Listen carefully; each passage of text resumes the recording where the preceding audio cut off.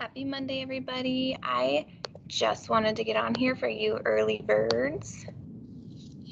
Turn up my volume a little to show you where we're at for today. So I think we are all caught up work-wise, and everybody should now kind of be on the same spot because of Friday. So there was no class on Friday. Your option was to choose one of the board games, or there's 2 board games and 2 online games. You could choose any of the 4. You don't have to do any of the work that goes with them, but if you wanted to practice, it was a great way to practice and have fun. So that was for Friday. Now we're going to start down here on Monday. It says read, explore invasive species on page 22 through 24. Fill in the chart on invasive species on page 25. And it was optional to do page 26, so don't worry about it. It's just if you're kind of on a roll and excited. So on your packet, it's going to look like, oops, went ahead too far. You're going to read this part and this part and then this. So that's kind of a lot of reading. So if you want, after I explain the directions, if you want to hang tight, I can read it to you. Or if you want to read it on your own, you're welcome to do that too. So then after you finish all that, page 25, the one that you're supposed to do for sure, is to fill in this chart. It says in the chart below, read about 5 invasive species and what have they done to their new ecosystems. In the last column, write what happens in the ecosystem when the plants and animals invaded the area. The first one's done for you. So here's the pyramid level. So if it's a producer, first level consumer, second level, and top consumer, this is the actual, what the species is and where it's normally from. What does that species do? And then your job is to fill in what happened to the environment or what happened to the ecosystem that it kind of took over. So the first one, smothering seaweed native to the Philippines, now covering coral reefs in Hawaii. The algae is not eaten by fish native to Hawaii, and it doubles in size every 2 to 4 weeks. It grows over native coral and algae, smothering it from water and sunlight. So what it would normally ask you to do is to fill in, well, what will happen to the ecosystem if that happens?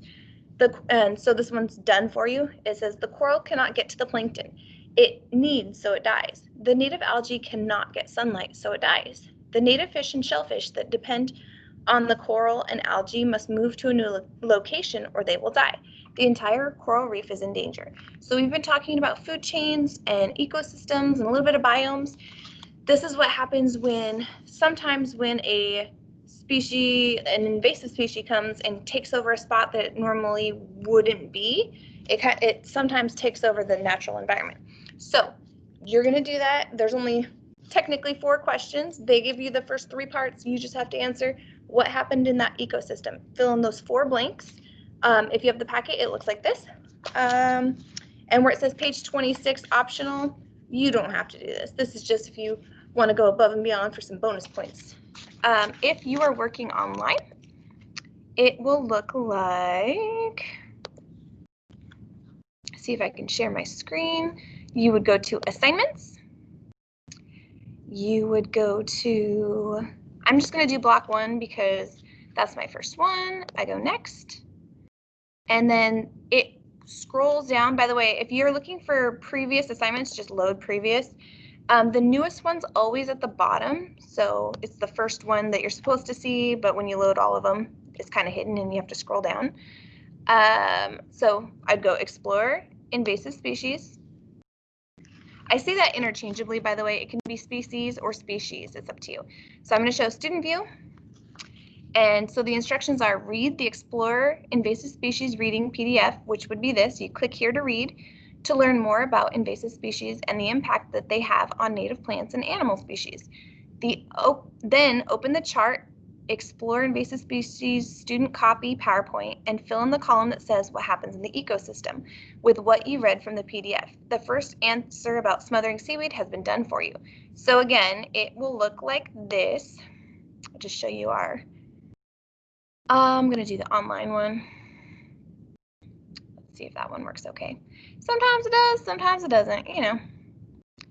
So, and don't forget, sometimes you do have to hit that edit button. So I just copied all the same information into a chart right here. The green one was the answer that was already done for you, and you can just type right into there. If you notice you're running out of room, just make your font a little bit smaller so it should fit in a little better. And then answer the questions and save it and all that to show me your work. So that's how you would do it online, and then you guys know the turn in button. But I want to read the PDF to you guys. It's the same thing as what's in your packet, but I just want to make sure that if you struggle to understand when you're reading, I want to give you a chance where I read it with you, because there is a lot to be read. So if you feel confident reading it on your own, you are free to go. I don't want to hold you on here forever, but if you need some support reading, hang in here with me and I will read it to you. So explore invasive species. Native species are living things that have been in their habitat for thousands of years. With native species, the ecosystem is balanced. All native species in the ecosystem have a good chance to live a healthy life and reproduce. Sometimes the ecosystem can become out of balance. One way this happens is when an invasive species come in.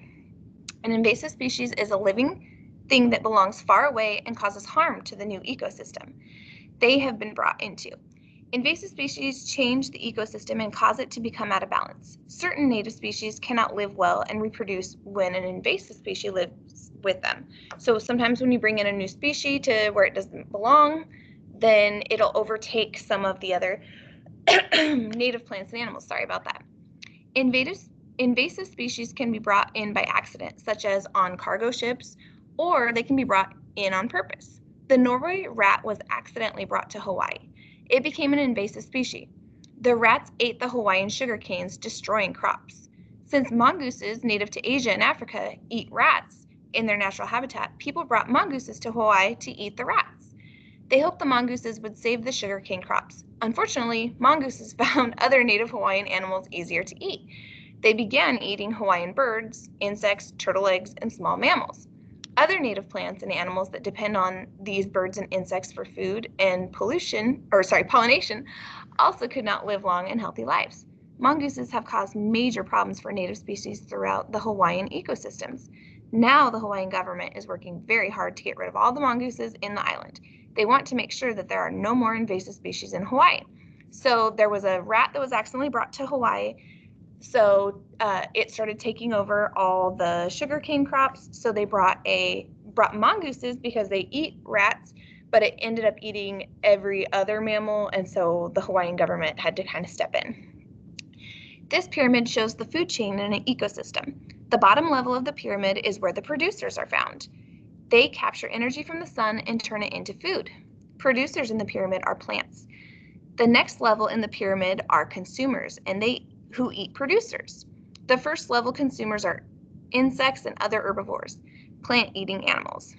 Above the insects is another level of consumer, the second level consumers. They are carnivores, animals who eat other animals. At the top of the pyramid are the top consumers, the carnivores who have no predators.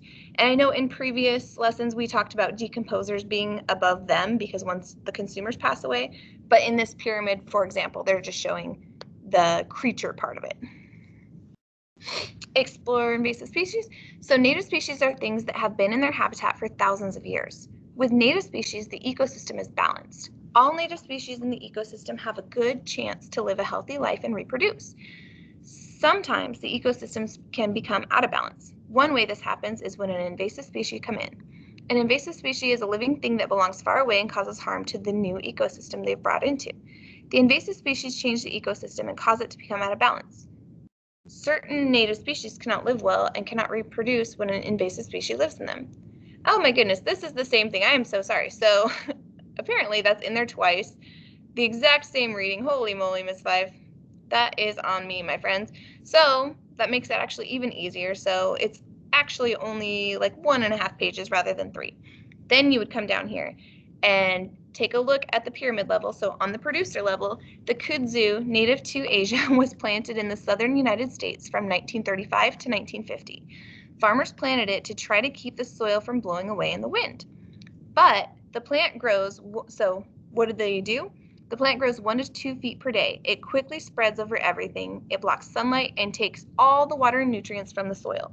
So what would happen in that ecosystem if They meant to plant a plant to keep the soil from blowing away, but it's taking over, blocking out sunlight and water and nutrients from other plants in the soil. What will happen to those plants? And then you would type it here, or write it if you have a packet. A first-level consumer. So European rabbits were brought to Australia in the 1800s. They were released into the wild so they could be hunted. Rabbits have few predators in Australia. They reproduce very quickly.